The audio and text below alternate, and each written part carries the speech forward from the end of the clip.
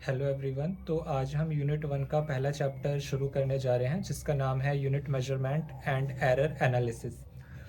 तो इस चैप्टर को हम क्रोनोलॉजिकल ऑर्डर में by scratch from starting to end topic wise study करेंगे। और इसी चैप्टर में जो पहला टॉपिक हमारे पास आता है वो है physical quantities.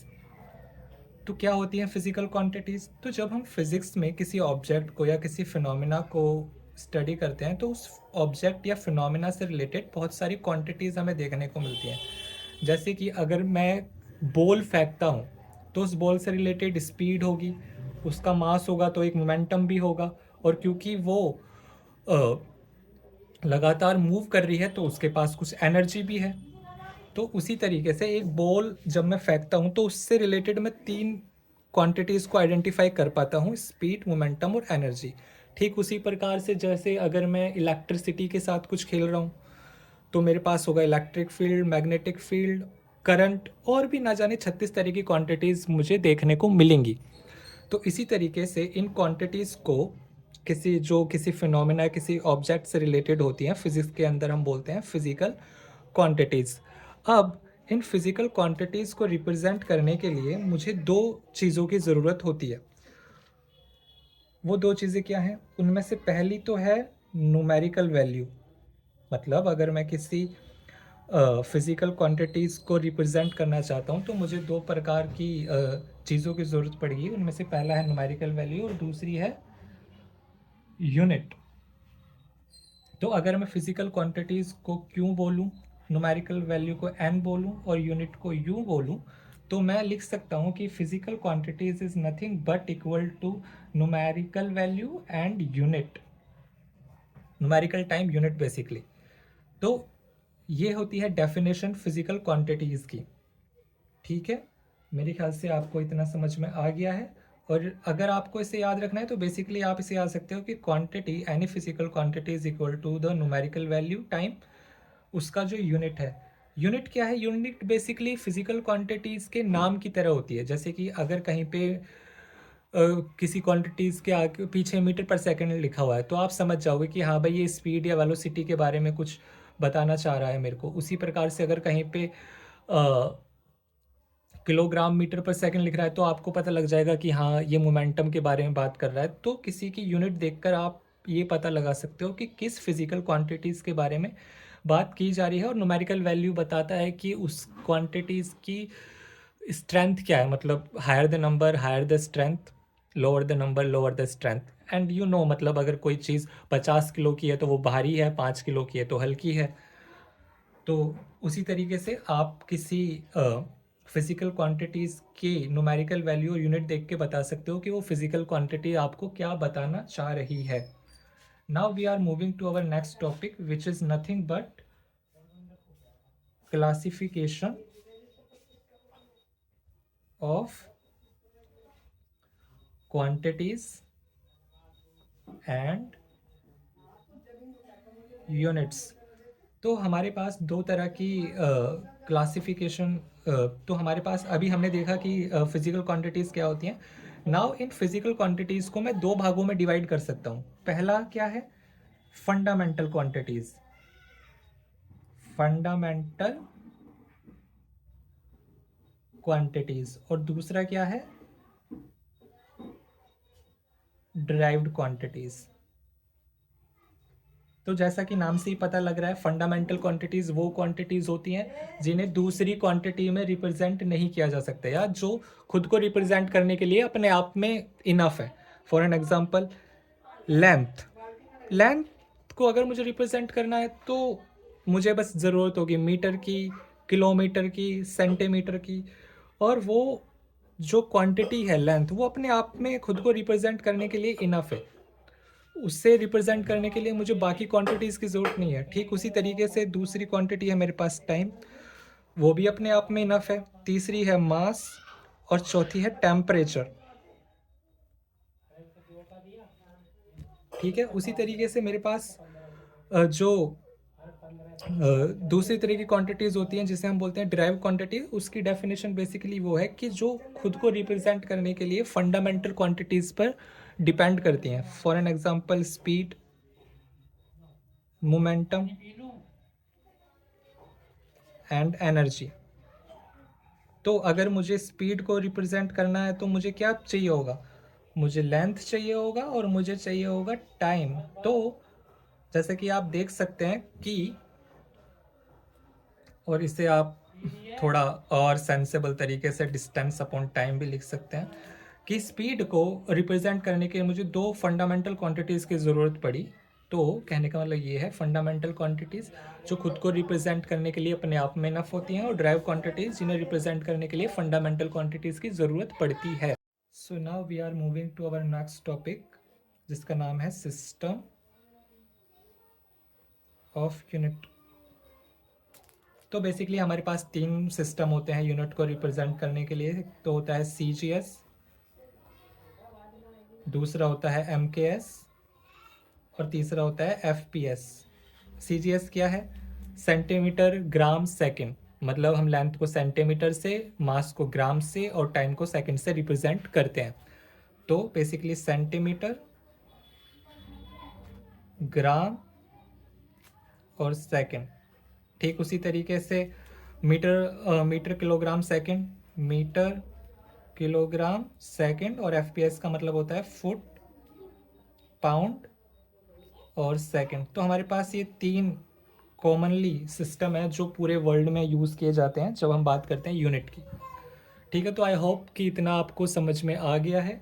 And now we are moving to our next topic which is nothing but, okay, तो अभी हम इस चैप्टर के नेक्स्ट टॉपिक के अंदर मूव कर रहे हैं, जिसका नाम है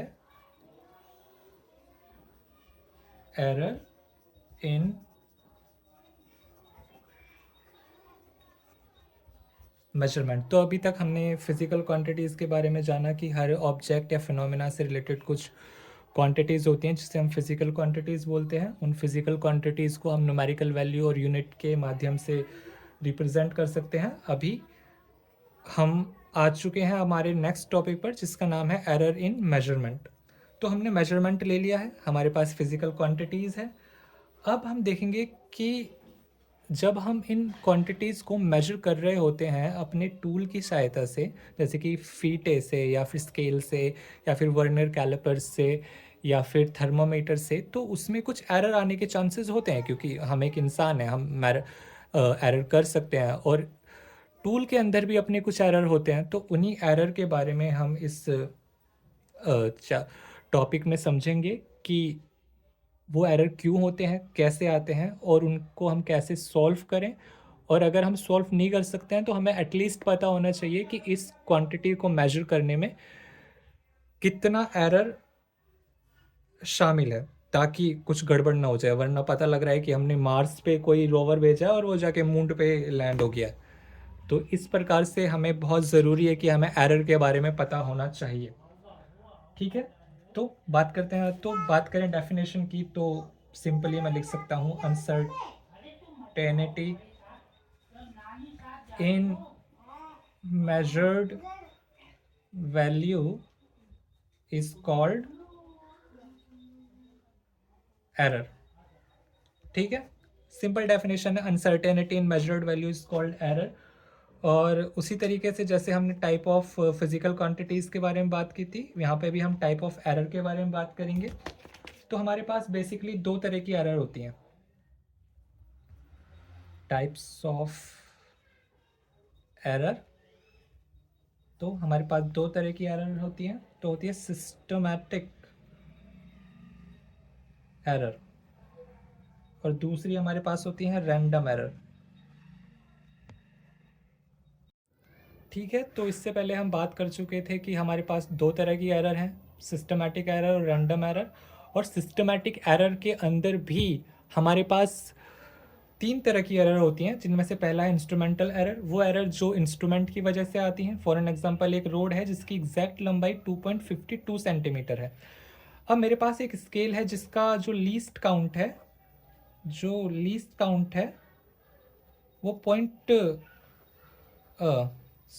0.1 सेंटीमीटर है, और उस इंस्ट्रूमेंट से मैं उसकी जो लंबाई है रॉड की वो 2.4 सेंटीमीटर मुझे मिलती है। तो बेसिकली अब इसमें एक एरर है, और वो एरर मेरी वजह से नहीं है। वो एरर किसकी वजह से है? वो एरर खुद स्केल की वजह से है, क्योंकि उसका लीस्ट काउंट ही 0.1 सेंटीमीटर है। तो ऐसी एरर जो हमें इंस्ट्रूमेंट की वजह से मिलती हैं उनको हम बोलते हैं इंस्ट्रूमेंटल एरर। दूसरा होता है एरर ड्यू टू इम्परफेक्शन, मतलब एनवायरनमेंट में कुछ हो रहा है, टेम्परेचर ऊपर नीचे हो रहा है, तो उसकी वजह से भी मेरे मेजरमेंट में एरर आएंगी, और उसको मैं बोलूँगा error due to imperfection. Personal error मतलब किसी पर्सन की वजह से, मतलब वो हो सकता है उसका हाथ हिल गया हो, या फिर उसने कुछ और जो एपरेटस है उसे ठीक से ना बांधा हो, तो उसकी वजह से जो एरर मेरे को मिलेंगी उसको मैं बोलूँगा पर्सनल एरर। रैंडम एरर, जैसा कि नाम से ही पता लग रहा है ये रैंडम होती है, इनके बारे में मेरे को हमें कुछ पता नहीं होता, मतलब मेरे को सोर्स का नहीं पता है कि जो एरर का सोर्स है वो आखिर क्या है। और इस तरह की जो एरर मुझे मिलती हैं उन एरर को मैं बोलता हूँ रैंडम एरर। ठीक है, तो ये हम कहानी हो गई एरर की और टाइप ऑफ एरर की। अभी हम दूसरे टॉपिक में बात करेंगे, और एब्सोलूट एरर के बारे में, रिलेटिव एरर के बारे में, परसेंटेज एरर के बारे में, बेसिकली एरर के मैथमेटिक्स के बारे में हम बात करने वाले हैं। तो आई होप कि अभी तक आपको समझ में आ रहा होगा। And now we are moving to our next topic, so let's see. Hello everyone, तो इससे पहले हम डिस्कस कर चुके हैं टाइप्स ऑफ एरर के बारे में, और अभी हम मूव कर रहे हैं हमारे नेक्स्ट टॉपिक पर जिसका नाम है absolute error, relative and percentage errors. तो बेसिकली ये काइंड ऑफ मैथमेटिक्स है एरर का, एरर एनालिसिस का। तो इसमें हम बात करते हैं सबसे पहले एब्सोल्यूट एरर के बारे में। तो जैसे कि नाम से ही पता लग रहा है, एब्सोल्यूट एरर क्या होती है? डिफरेंस होती है एक्चुअल वैल्यू के या फिर एब्सोल्यूट वैल्यू के, और जो हमने मेजर किया है वैल्यू इंस्ट्रूमेंट से, उन दोनों के डिफरेंस के बराबर होती है एब्सोल्यूट एरर।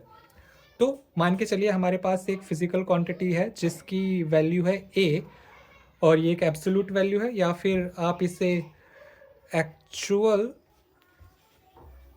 वैल्यू भी कह सकते हैं। तो हमारे पास एक फिजिकल क्वांटिटी है और उसकी जो एक्चुअल वैल्यू है वो ए है, और हमने एक मेजरमेंट में हमने उसकी जो वैल्यू निकाली है वो है ए1। तो एब्सोल्यूट एरर कितनी होगी? ए माइनस ए1। उसी तरीके से दूसरी मेजरमेंट में लेट्स से हमने वैल्यू निकाली है ए2, तो उसकी एब्सोल्यूट एरर कितनी होगी? Del A2 is equal to A minus A2. Similarly उसकी जो nth मेजरमेंट पे हमें एब्सोल्यूट एरर मिलेगी वो होगी ए माइनस ए एन। ओके, तो एब्सोल्यूट एरर को हम कैसे लिख सकते हैं? Actual value minus measured value. और अगर हम बात करें इसके मीन की, जो कि हमें करनी ही चाहिए और वही हम मेजर भी करते हैं, तो वो हम कैसे निकालते हैं? Mean absolute value. तो ये बेसिकली कुछ नहीं होता, अब ये बस मैथमेटिक्स ही बचा है।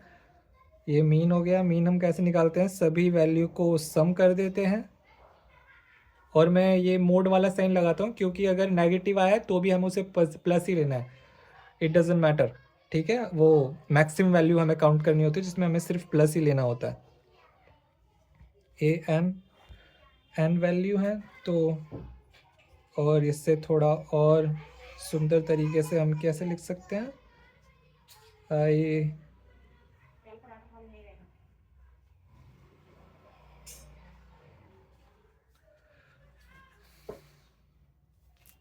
ठीक है, तो ये आ गया हमारा एब्सोल्यूट एरर का फॉर्मूला। ठीक है, now we are moving. Okay, I think अभी ये क्लियर है आपको। Okay, so now we are moving to our next topic which is the relative error. Relative error भी कुछ नहीं है बेसिकली। रिलेटिव एरर से क्या मतलब है कि जो आपकी एब्सोल्यूट एरर आया है और जो आपकी एक्चुअल वैल्यू है उसका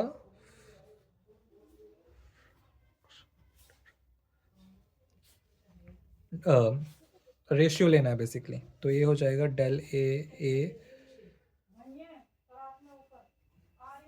रिलेटिव एरर। ठीक है, और अगर इसका परसेंटेज एरर निकालना हुआ तो बस इसको 100 से मल्टीप्लाई कर देना।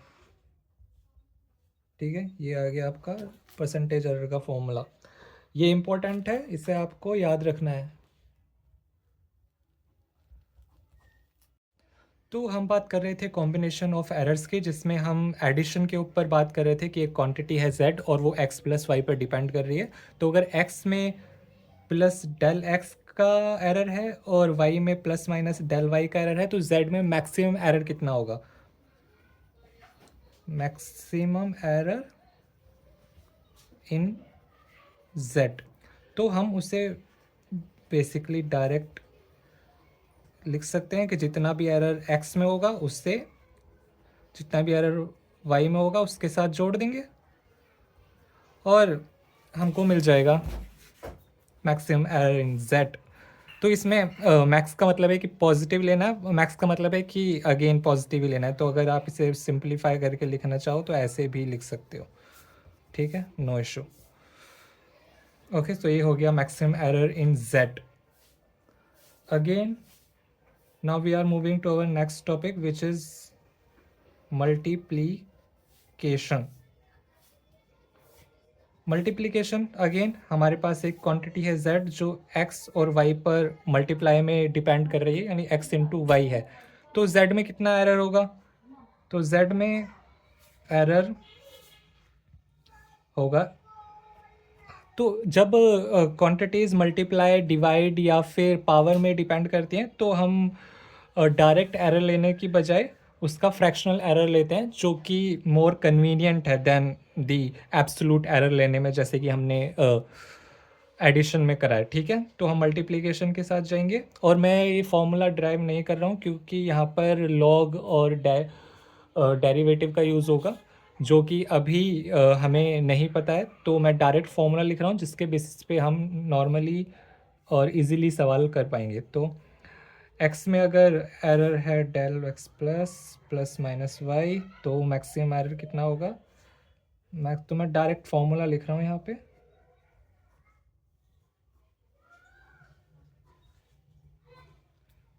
ओके, तो इतना एरर होगा और परसेंटेज एरर निकालने के लिए you just have to multiply it by 100।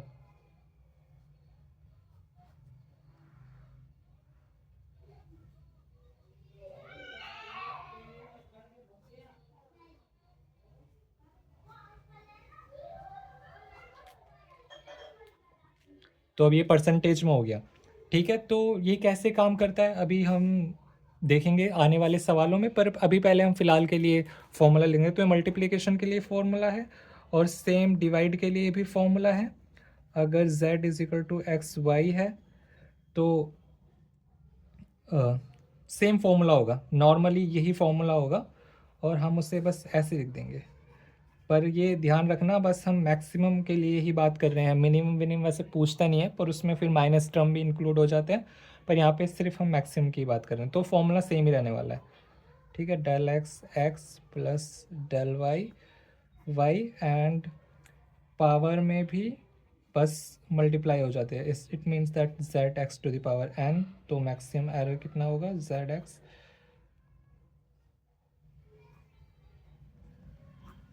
तो ये हमारे पास फॉर्मूलाज हो गए, यहाँ पे आप देख सकते हो। सॉरी मैंने देखा नहीं, पर ये फॉर्मूला है, ये पावर का फॉर्मूला है और ये डिवाइड का फॉर्मूला है। आप स्किप मार सकते हो वीडियो को। ठीक है, थोड़ा आगे के लिए, मतलब ताकि मैंने पीछे थोड़ा वो नीचे था ना तो दिखा नहीं होगा आपको। तो बेसिकली ये हमारे फॉर्मूलाज हैं और ये बस आपको पता होने चाहिए और इसके बेसिस पे हम सवाल करेंगे और देखेंगे कि किस तरह के सवाल इन फॉर्मूलाज पे बनते हैं। Thank you. Hello everyone. So one topic was left and which I wanted to tell you that if there is a least count given to you, मतलब कोई अपरेटस है और उसका लीस्ट काउंट आपको दिया गया है और उससे अपरेटस से कोई वैल्यू मेजर की गई है और आपसे पूछा है कि बताओ कितना परसेंट एरर है हो सकता है इस मेजर्ड वैल्यू में, तो वो कैसे आप निकालोगे उसका फॉर्मूला मैं आपको लिखवा रहा हूँ। वैसे वो फ्रैक्शनल का ही फॉर्मूला है, पर मुझे लगा कि अलग से लिखवाना चाहिए तो मैं वो यहाँ पे बता देता हूँ। ठीक है, तो मैं यहाँ पे लिख भी रहा हूँ, यहाँ पे estimation of maximum error and percentage error in the measurement by measuring instrument। तो क्या होता है फॉर्मूला परसेंटेज एरर का? जो apparatus का लीस्ट काउंट होता है डिवाइड बाई मेजर्ड वैल्यू, और द एक्चुअल वैल्यू से भी निकाल सकते हो आप, इंटू 100। ठीक है, तो इससे आप परसेंटेज एरर निकाल पाओगे। And then there is this again the significant figure significant, this one more topic was left. तो सिग्निफिकेंट फिगर बेसिकली कुछ नहीं होता, वो आपको बताते हैं numbers within the limit of measuring instrument।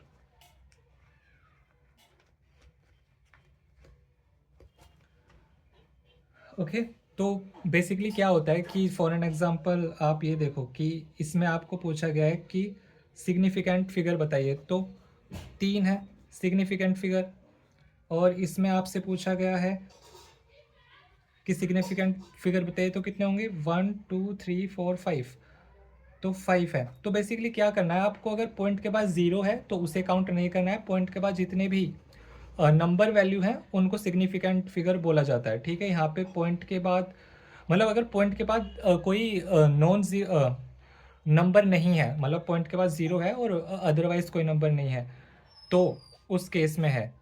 पर अगर पॉइंट के पहले कोई नंबर है तो आपको सारे जो नंबर हैं वो काउंट करने हैं, और अगर नहीं है तो सिर्फ वही काउंट करने हैं जो एक्चुअल में नंबर है, मतलब जो नेचुरल नंबर्स हैं बेसिकली, लाइक 632। ओके, तो और फॉर एन एग्जांपल 6042 में कितने होंगे? इसमें 4 हैं सिग्निफिकेंट फिगर। ओके, तो आई होप कि आपको समझ में आ गया है सिग्निफिकेंट फिगर क्या होता है और estimation of maximum error by measuring instrument. तो ये 2 टॉपिक थे जो मैं आपसे डिस्कस करना चाहता था, और आई होप कि आपको पता लग गया होगा। इनके बेसिस पे हम आने वाली वीडियोस में सवाल करेंगे, जिससे आपको और आइडिया हो जाए कि what is the meaning of all this theory. Okay, so मिलते हैं अगली वीडियो में।